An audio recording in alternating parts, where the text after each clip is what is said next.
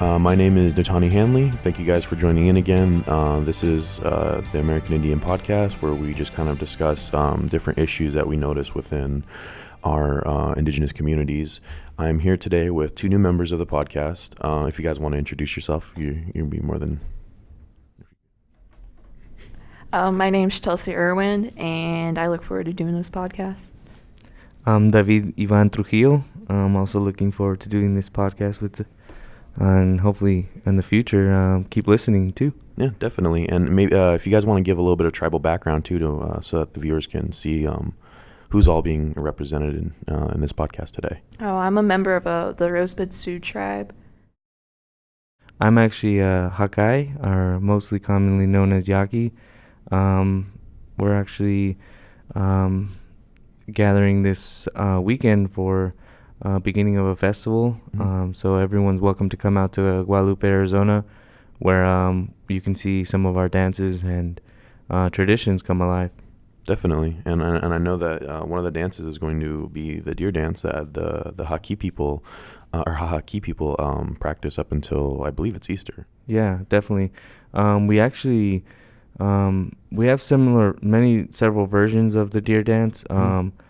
We're hoping to create water this season. Okay. So we're gonna do focus on the toad again. So we're gonna hopefully bring rain, and it's been done many times and never fails. So definitely. Okay, and then I guess at that we can just kind of jump in here on some of the things that you guys have found. So I'll just kind of leave it for you guys, whoever wants to start off mentioning what some of the things that they have found. So yeah, I'll just open the floor to you guys to whichever one wants to go first and kind of communicate what you guys have found within this past week of researching. Okay, so like yesterday on Thursday, March 7th, I read that about 7 people were charged for selling fake native jewelry in Phoenix. 3 Filipinos and 4 Americans, they were found guilty for a fraud and money laundering scheme involving this jewelry. Wow. Yeah. Most of the jewelry was estimated to be sold for about $1,000 a piece. Wow. Yeah, in Scottsdale too. Of course, so in they were, Scottsdale. yeah. It was sold at like fine stores like Last Chance Jewelers, like those little jewelry stores up there. And it was found out that these people, the Americans who were selling the jewelry, were taking photos of authentic jewelry and sending it to the Philippines to have it manufactured there. Wow. Yeah. And they even went as far as putting initials of fake artists who weren't even actual artists. They were just made up initials onto the jewelry to really sell it off as authentic native jewelry. That's really unfortunate to hear, but that's something that we see a lot within our communities. We see this fetishization of our values and our culture, and with that, some of the things that we practice, like as some people know, we as Navajos, we became silversmiths, and so that's something we ended up using as like a means for economic generation for our people. It was creating jewelry and selling those things, and to hear people trying to capitalize on our struggle in a sense, it's disheartening. Even when you fly in, as we mentioned before, even when you fly into Sky Harbor here, the gift shops are just loaded with American Indian jewelry or souvenirs, if you will, and it kind of makes you question, like, are those real or are those fake? And if so, like, as with these people, like, would they face charges? But then again, there could be an instance where, like, they might be contracted with a tribal member, or you know what I mean, something where these souvenirs or these gifts are actually legitimate. But I honestly kind of doubt that. Yeah, like like all the times that I've been to Sky Harbor, I like going into those stores because I'm Native myself, so I want to see. I don't know. I just want to see what's happening. Like, you just got to check it out. And most of the time when I check the little trinkets they sell, they're always made in China, India, or some other place in Asia. Yeah, definitely. Which is unfortunate because those people there, they're subjected to making things that probably aren't making them money either. They're probably subjected to poor working conditions. Yeah. You never know. And it's just like that affects us and those people there, you know? It also kind of goes to show like how high of the demand there Mm-hmm. is for those things that they feel the need to make fake ones, you know? Yeah. And again, it kind of brings that idea of obsession of our culture and the things that we, I guess, provide in a sense, you know, like our rugs. Well, at least with Navajo's, our rugs and our jewelry, our baskets, you know, stuff like that. It's just like they become hot commodities in a sense that people really want to bring in their own homes, and it's really unfortunate. Yeah, and actually, in our perspective, a lot of artists are usually very high level functioning members of the community. So they're so busy, and I would include myself, because the last 3 years I've been painting. Pretty much just that's all I've been doing, just painting. It's awesome. And we're so busy with that and like taking care of our immediate circles, that that we don't really have time to catalog and help recognize like what are the fakes and like what is real. Yeah. So we're so busy like with other responsibilities that there's no time to say, hey, that's something I made, or you know, to be personal in that way. It's just not something we can usually take care of. So I would like to invite every artist to watch this podcast and just like leave a comment. You know, that'd be a quick way to, you know, like let us kind of know who's making what, and we can start hopefully through the podcast and just the comment section, just start cataloging the art. That would be a great idea of like being able to see what artists are coming from where. Most artists are in such high levels of service, and for us it would be, most people are, that if you're an artist, you usually have done something like a manda, where it's either for life. And what is a manda? It's usually like when you sacrifice, you make sacrifice of your life into hopefully healing. And this works very well. Actually, it's worked for myself. I made one 3 years ago. My grandma got sick. She got Parkinson's. Ooh, and I'm sorry to hear that. Yeah, we were able to find somewhat of a cure, and she seems to be doing really well, and you know, we held on to her, even though, you know, it was looking like close to something pretty new for her, something she wasn't very used to. And so we were able to or through the agreements that I made with Guadalupe tribes, I was able to serve these last 3 years in a way in which I've still had my grandma. So definitely, yeah, it's that's pretty important. awesome. So I think that's definitely an issue within our communities, though, is just this again, it kind of comes around to this obsession of our culture and wanting it in our own homes, you know. So, and it's unfortunate that, you know, our struggle, our traditions, our culture are being subjected to commercialization like that, and it loses its meaning, you know. It does. And it's like, do the communities that are, I don't know how to say this, but I guess mocked, or I mean, how else could you really phrase basically it? Like, do those communities even benefit from any of these stores selling fake native stuff? You know, like, do they actually give back? Yeah, I mean, they would obviously receive like some sort of financial like gain from it, but at the end of the day, like from an indigenous point of view, like it's not just a financial gain. You know what I mean? It's representation of culture. It's like letting our outside communities from ours a window into what it looks like and into some of the things that we do, but we just happen to, you know, make money off of it just because of the fact that, you know, a lot of our tribal members are low income, you know what I mean, and they can't really support themselves, or we are supported by our tribe through our different institutions and programs. So, I mean, I'm probably just gonna kind of push this podcast a little bit along. So, I mean, is there anything else that you found this week, or anything you'd like to talk about?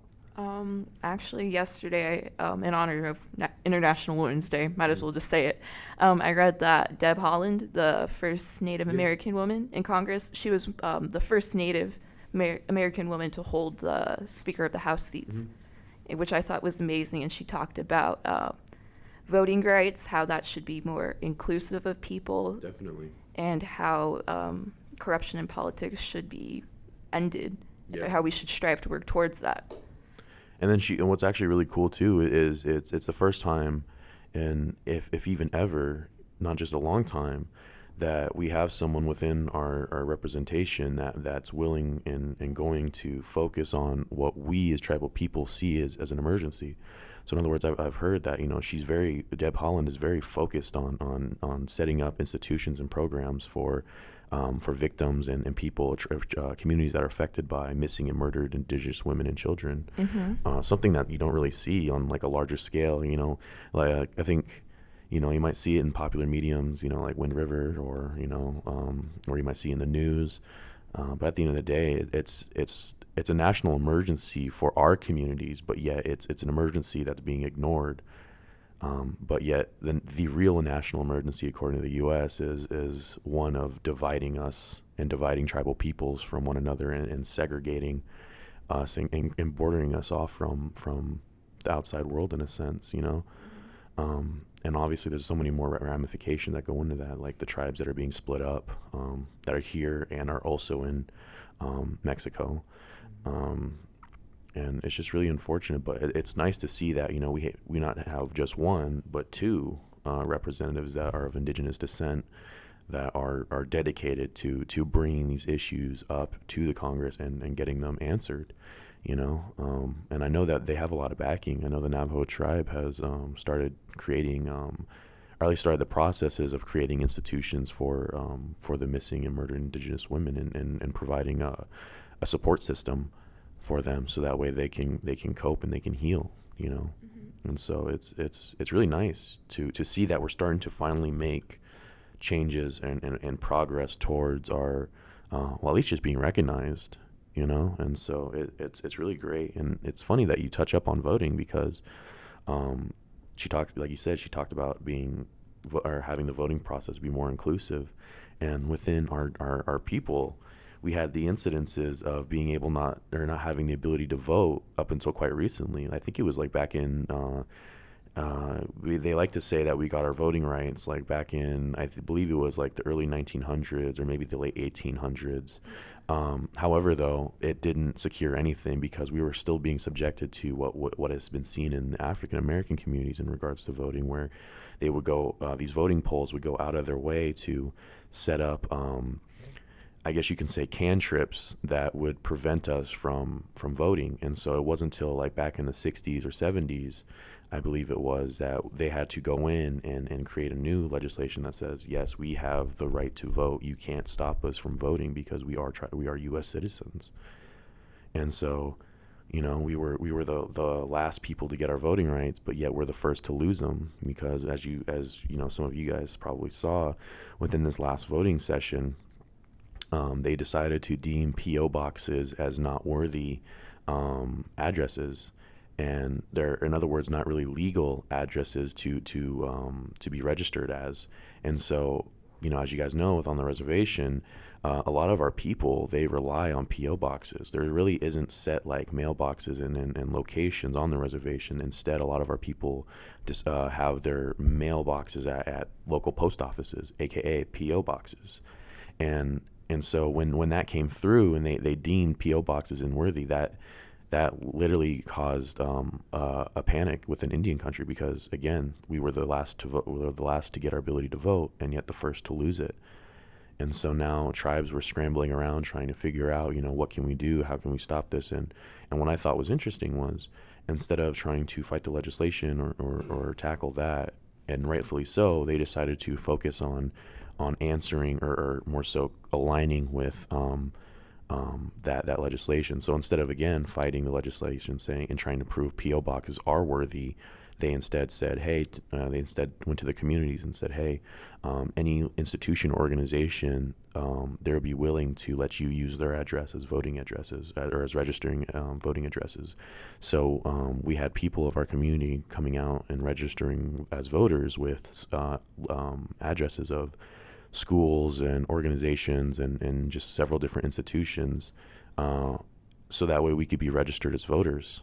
And so so voting is very important. But what were you going to say? Oh, I even read that like even the tribe offices, the tribal headquarters would offer their addresses to the people, regardless. They wanted the people to vote, and the fact that the North Dakota even did away with allowing people with PO boxes to vote, that was literally racism. Yeah. Because it's known that, like you said, Native people use PO boxes rather than addresses because, again, they're on the reservation. And there's really no, like, those lines and those districts that dictate addresses just don't exist on the reservation land. And it's just unfortunate that we as a people are subjected to this, you know. And but we don't get press about it. You don't ever hear about that. Wow, that's big because like there's so many things going on in Mexico with the American government and American corporations that have traveled to Mexico. There's like Intel. There's a whole bunch of it. Hewlett Packard. Like all those conglomerates. Yeah, all the conglomerates are there, and they're actually dumping their excess into a lot of reservoirs where people or taking the reservoirs to the city. So like they're taking from the original tribes or the clans that are there, and they're giving it to other people. And so we're at this place where we understand that like other people need water and stuff, but don't take it all. You know, like definitely. It'd be nice if we could help balance, like find some type of balance, because even the water that we do have, it's being polluted, and only the only way that those things can change for us is if there's some type of movement here, and a movement here that would call upon upon the people again to unite and make fight for these social changes.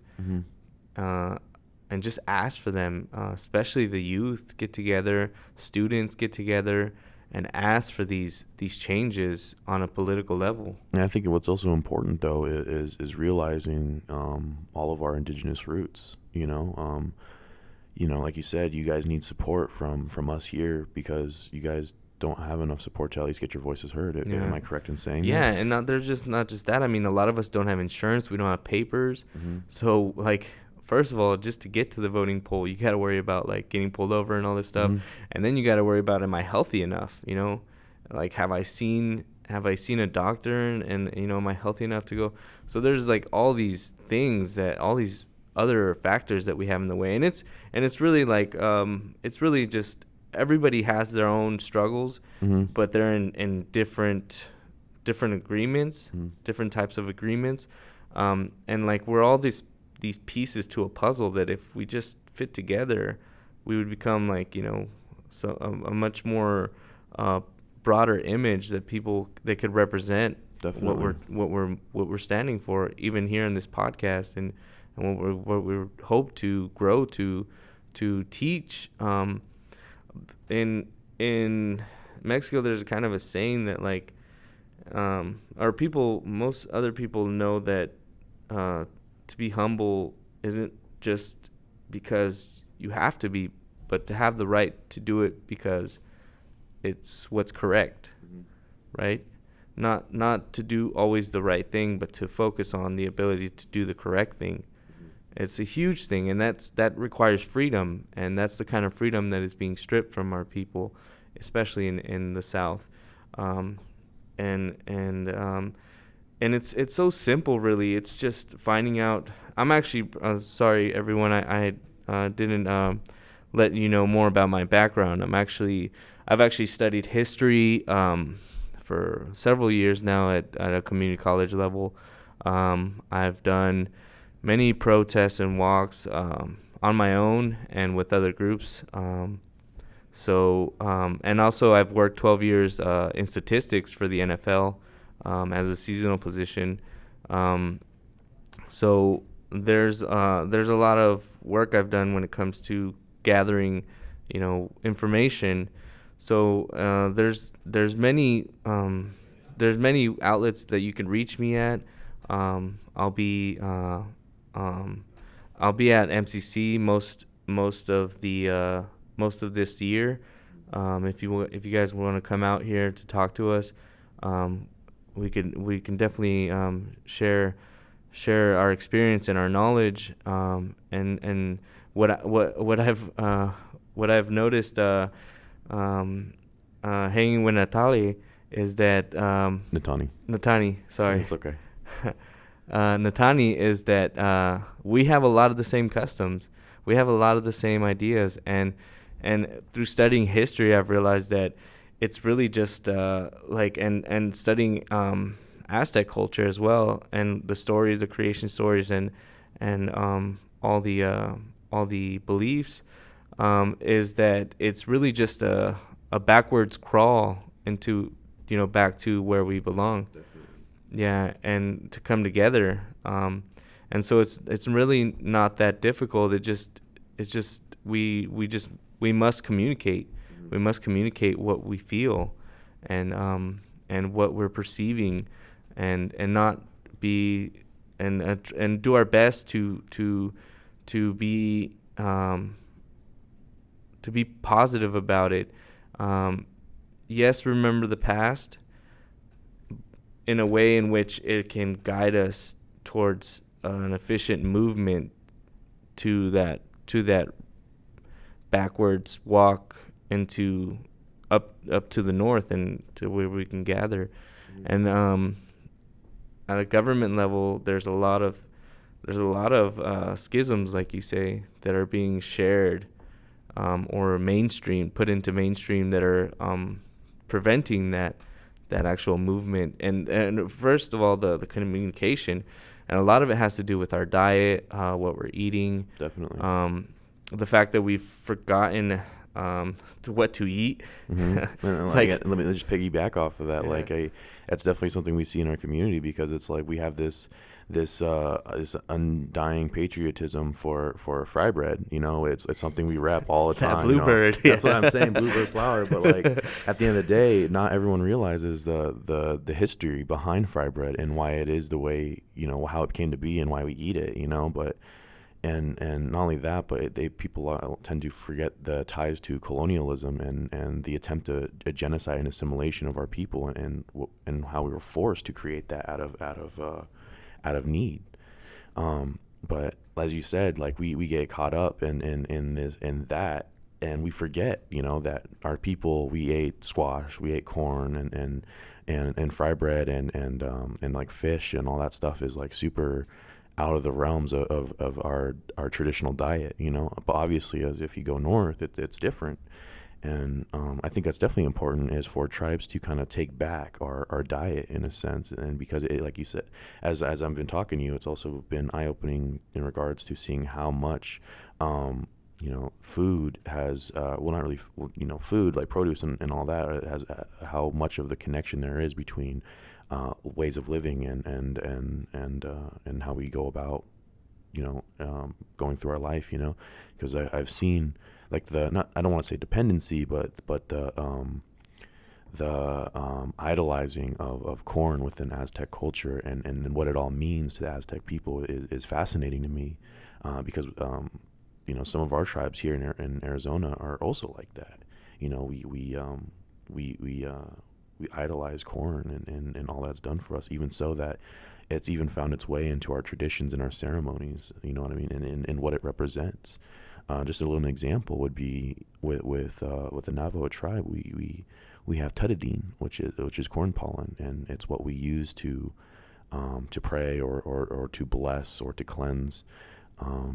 And so, like I said, it's important to to realize these things and to take back our original way of life. And that includes food, that includes language, that includes ceremonies, traditions, includes all of it. And then when you really look at all of those things, you really see that we're lost in all of those. You know what I mean? Like, there's a lot of tribes.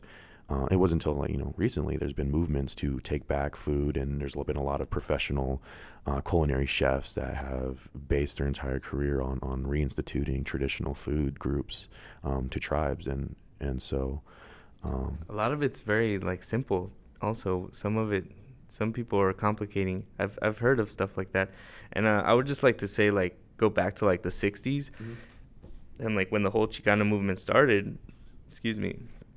Was mostly because a lot of mainstream artists that were allowed to be played on the radio were traveling to Mexico, and they were studying under certain masters of Quetzalipocla tradition, which is Black Smoky Mirror, that came from originally from up north. That's what the creation stories say, and the Codis Potoni, that's all that's left of any type of trace of where this came from. So, but there's a lot of powerful healers in the South that are very well aware, and that are a connection to these and that's what started the Chicano movement. Like, these people these humans traveled to southern Mexico to learn these ways and these traditions, and they brought them back. So in a sense, they reincarnated our ancestors into their bodies through the diets and the ways, the practices of some spent 200 to a year of days there, and embodied these ancestors of ours and brought it into mainstream media. And so everybody started waking up, because they weren't really aware of what was going on, but the sounds and the movements of these people were of our ancestors. And so they started to realize that we were more than just farm workers or things like that. And I think a lot of that all plays into one of the biggest issues we as tribal people, indigenous peoples, that are facing today is this concept of identity. It literally leaks into everything that we see in regards to issues of our community today. The reasons why our statistics are so high, the reasons why we're most targeted. It all, in my opinion, it's a really complex web that all just kind of links to the center of identity, and in regards to taking it back. You know what I mean? Because it's like we're especially in a time right now where, like, our generation, mostly speaking about, like, me and Chelsea here, because I think you're a little older. Yeah. Not that's a bad thing, but I'm just saying, though, is like within our generation, and even so in your generation too, because it's actually not even generation descriptive. It's just that our time right now, this time that we're in, it's very confusing for a lot of us natives, or a lot of us indigenous peoples, because it's like we have two different and even upwards to 3 or 4 different identities that we must keep and we have responsibility towards, because a lot of times within general society we have this identity of Western identity, where it's like you wake up, go to school, you hang out with friends, you post up on social media, like, you know what I mean? Like, it's very I guess you could say, what do they say, it's not physical, it's like very it's cultural. It's not. Wait. It's like it's very like, it's intangible, basically. Yeah, it's very it's like tangible. Like, Western society is very like tangible based, whereas like then like on our indigenous identities, the intangible things, the things that we don't see, the things we can't feel, are the things that take precedent. And a lot of ideologies we just don't share, especially. I would like to change that word and say it's more of a sustenance. It's more sustaining. It's more of not really that it's tangible. Obviously, it's tangible. It's our DNA. It's in our genetic. It's the way that our ancestors have sacrificed for thousands of years, and with the traditions that we kept for thousands of years, putting ourselves into the ground, blood, sweat, and tears, and everything that we are, and especially in this continent, on this continent, So this continent, we deserve to have that. It's not that we deserve; it's that our ancestors sacrificed that, and they've done us the in Spanish we say the paro, the I guess the favor of history, of entire history, of all human history, of like all known man history, that we know so far. So. And I mean, since we're on the topic, I mean, what are some issues that you guys had, or you've experienced in regards to like the dualities or even multialities of identity? I personally, If you don't mind sharing. oh I no, should say. it's no problem. But like for me personally, like I grew up mostly like living a Western life, even though like I was brought up like I knew that I was Native, and I've been to powwows and stuff. I've even participated in powwows and all that. And I know, but yet I still know very, very little about my culture. And I feel ashamed to admit that. But at the same time, I know that I can learn by talking to other people and by doing my own research of my own. And that's important, But you know. It is. But it's like still hard though, because like we face like opposition or we don't really like, we don't get included a lot of the times. Yeah. Because we're outsiders in a sense, even though we're inside, we're on the outside looking in. You know what I mean? Yeah. So I totally understand what when you're coming from. It's like, I don't know, it's like you feel like you're walking, well, at least I feel like I'm walking on glass whenever I think about or even talk about indigenous customs or stuff, because it's like I respect them, but I don't know much about them. And you don't want to like introduce misinformation. Yeah, exactly. And it's like I don't want to offend anyone, and I don't want to look like a fool myself, because I already know that I look silly as is. Yeah. And I think that's important to realize those things and not to be discouraged, you know, to keep that like that perseverance, you know, to learn and reclaim our culture. And at the end of the day, you know, once we reach that point where we have reclaimed our identity and our traditions again, in my opinion, we're going to value it a lot more than most, because we had to go through the hardships of reclaiming it, you know. So it's just one of those things. And I've talked to several other indigenous students, I should say, that about identity issues, and that's just one thing I try to tell them, to stay motivated and stay passionate about their people and their history, is that, you know, it all comes with time. And, you know, you're not going to learn entire people's history, you know, in one day or in a month or a year or a semester, because like, even as is, we're taught all throughout our life about American history. So you have to think, you know, if it's the equivalent, we would have to learn all our life to fully understand our tribal history, including, and all that is included within it, you know, culture, value, traditions, language, and yeah, that's just, like I said, that's just something I try to tell people, is that, you know, when we're successful, because it's not even an if, it's when we're successful, we will hold a higher value on our history and our language and our people, more so than the people that were just given to it or grew up into it, you know. And I'm not saying that, you know, we like it more, we're dedicated to it more or anything, but I'm just saying, though, we've had to endure certain hardships that not everyone within our community can understand, and including, you know, facing that opposition from both ends. I've had a student tell me, you know,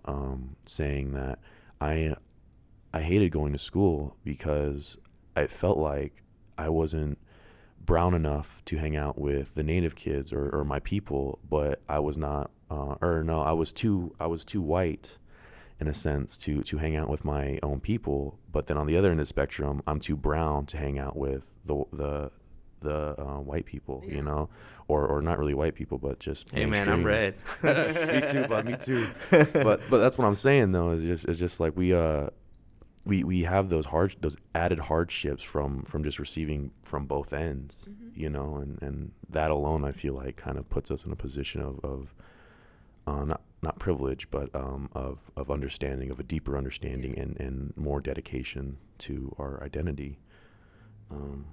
Yeah, and I would like to take this moment to thank all the women in our upbringing Personally, I've had many beautiful women that have taught me so many lessons of just acceptance, just acceptance, and how to get over so many attacks. And even to deal or be in this society where we enforce this idea of patrimony rather than matrilineal sort of means of doing things, especially within tribal communities. That's something that we've recently adapted to, which is so bizarre because a lot of the tribes, they were led by women. Like the women were the leaders.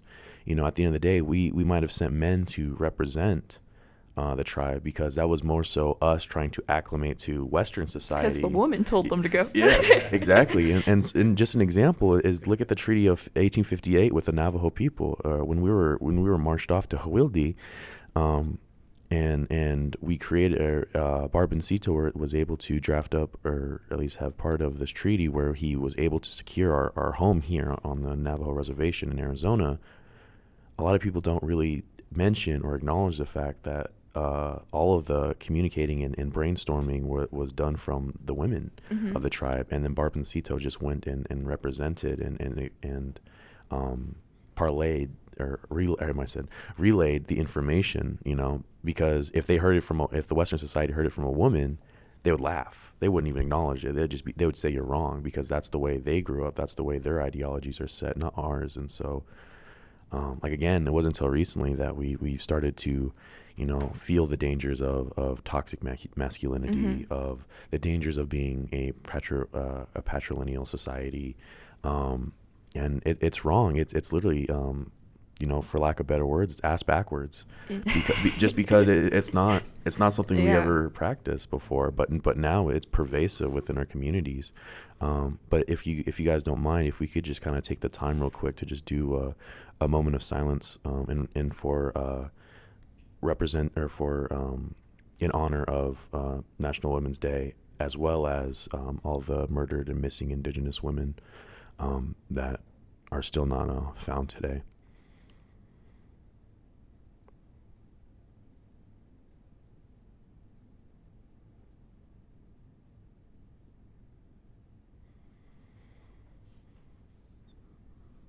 Okay.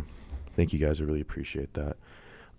So if we can just kind of keep the ball rolling a little bit, is there anything else you guys might have found in regards to issues that are in your communities that you would like to address today? If not, I have a couple of things I would like to bring up. Well, there's one thing I would like to talk about as far as it seems like there's a echo in our valleys. Because when I was in high school in 2004 to 2006, here in Arizona, I did a piece on the disappearing women of Juarez. Really? And I remember you said yesterday that that this was a common issue nowadays, and I just want to let people know and to remember how we're the same people, because like this in Juarez, these women have been disappearing for tens of years now, and nothing is being done. And this started in Juarez. This is something that has been such a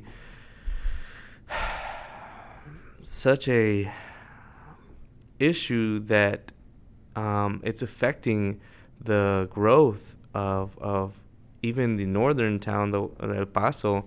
It's affecting the trading and everything, and it's creating this necessity to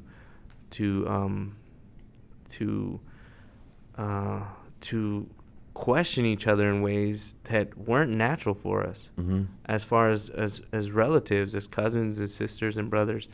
So it's really causing separation within the families.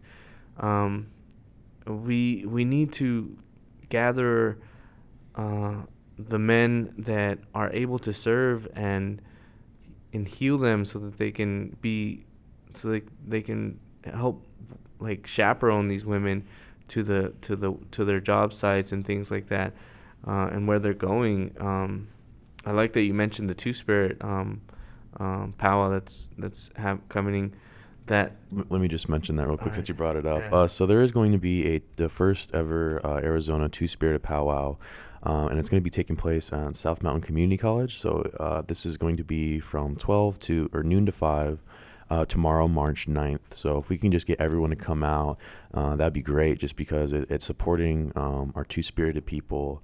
And really getting an understanding of what it means to be two-spirited and to empower these people, because a lot of, and especially in Navajo culture, two-spirited people, that was an honor. It was something that was greatly appreciated and accepted, but now again, within recent years, going back to identity, it's instilled in us that that's wrong, that two-spiritedness is wrong, and a lot of the stuff that we deem wrong or sinful or against our values was in cause to the educational system being set up and weaponized against our people, and the roots are prevailing today. Like, as you can see with our own community rejecting a lot of the things that we held of high value, and rejecting a lot of the ideas that we had as tribal peoples, and then mislabeling them as pagan or as pagan or as savagery, in a sense. Which I might add, these are words, when you look at the root meanings of them, they don't have any ill intent whatsoever. Like, an example of savage is just mean people living in the woods.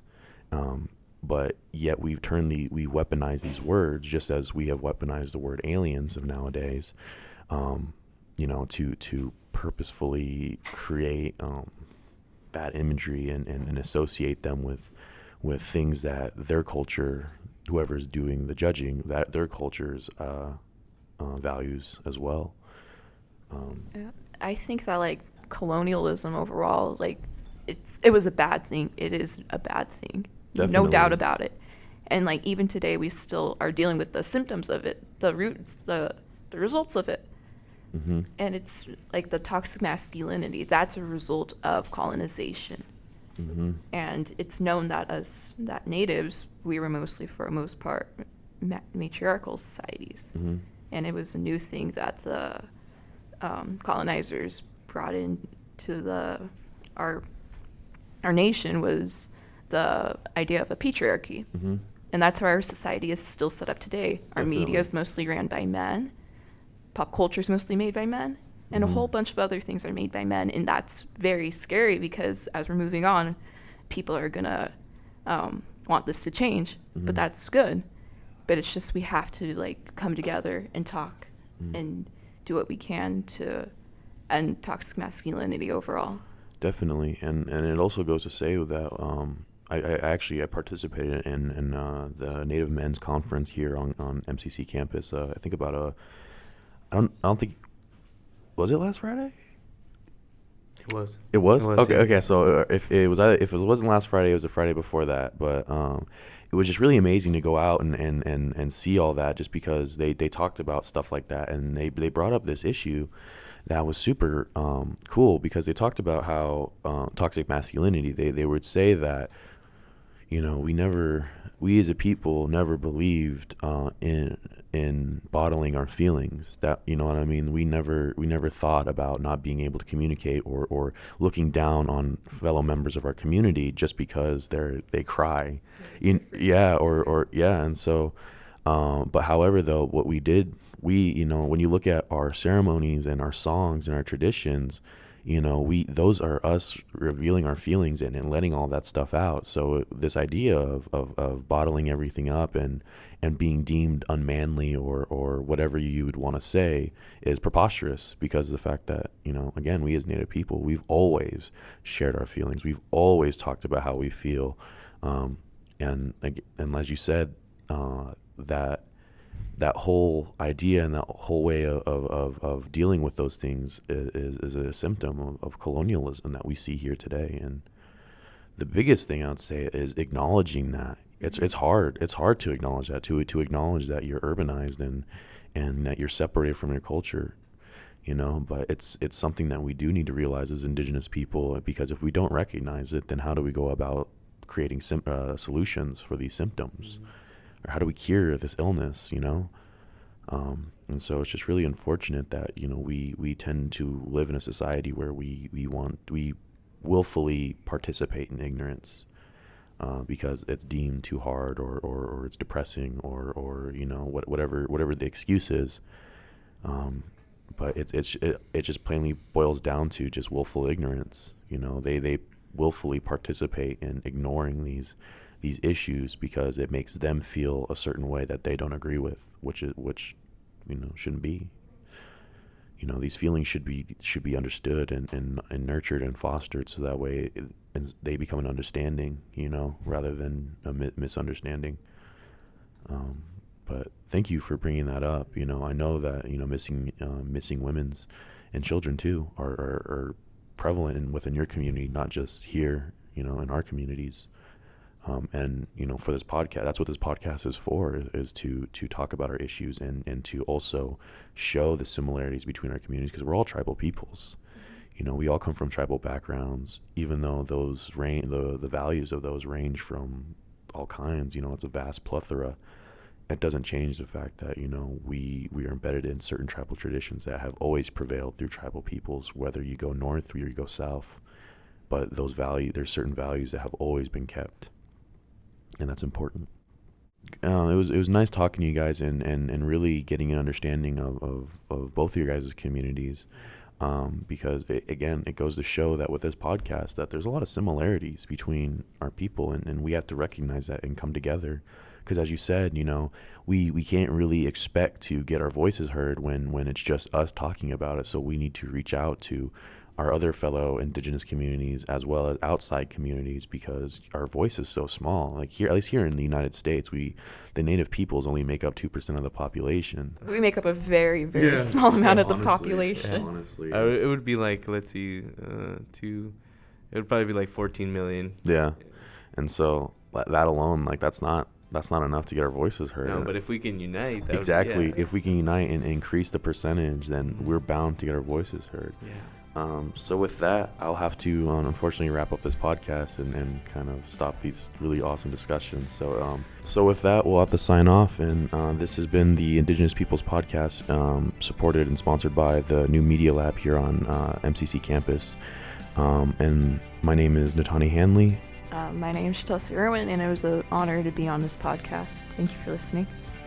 My name is David Ivan Trujillo, and it was a huge honor to be on this podcast with both of you. And thank you guys so much. I hope to see you guys in future episodes.